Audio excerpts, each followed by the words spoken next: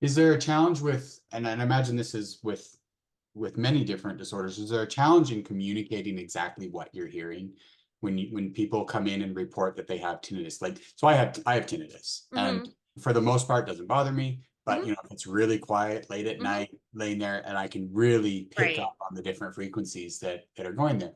So I wouldn't say that it's bothersome for me, but as an audio researcher and as a sound researcher, I can describe it.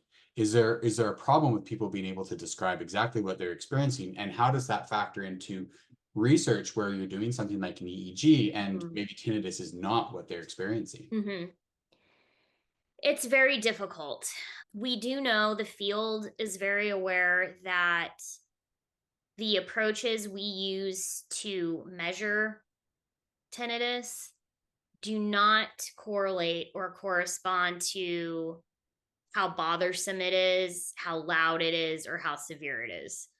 So, what people might encounter in an audiology office for a tinnitus assessment is they fill out questionnaires, which are, we need those absolutely. And then they might go through a frequency matching paradigm to try to match what it sounds like. Hmm.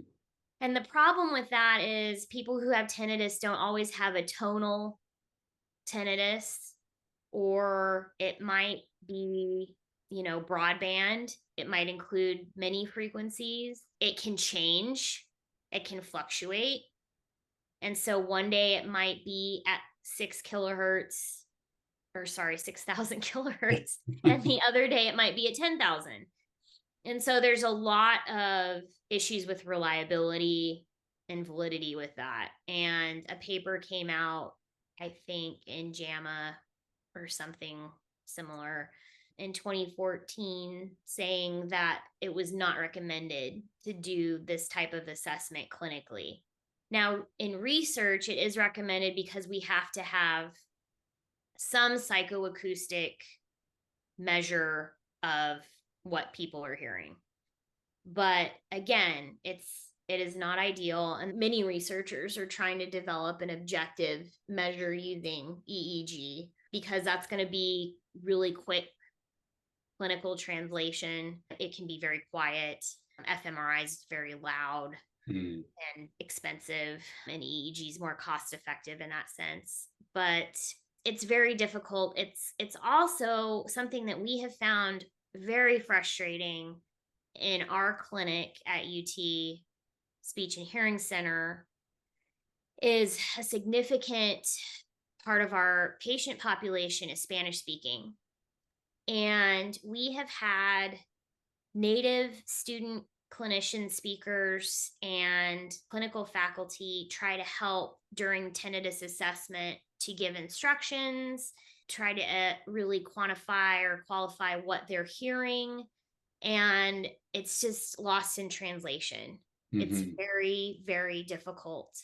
And so that's been a big challenge, and something that I hope to work on in the future is how to bridge that language gap, and then also provide intervention for this population because there isn't any Spanish based tinnitus intervention.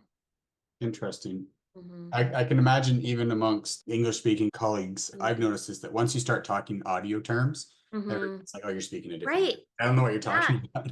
Yeah. It's a And problem. so having that terminology, that basis Hmm. for conversation in other languages, in this case, Hmm. your Spanish speaking population, has got to be quite the challenge, Yeah. because it's not only are you speaking a different language, literally, there's that figurative speaking a different language. You start using terms that people just don't use in their everyday conversations, and so it's like I don't understand what that means when Hmm. you're asking me what frequency I hear, or something like Hmm. that. Hmm. Interesting. Hmm. Interesting.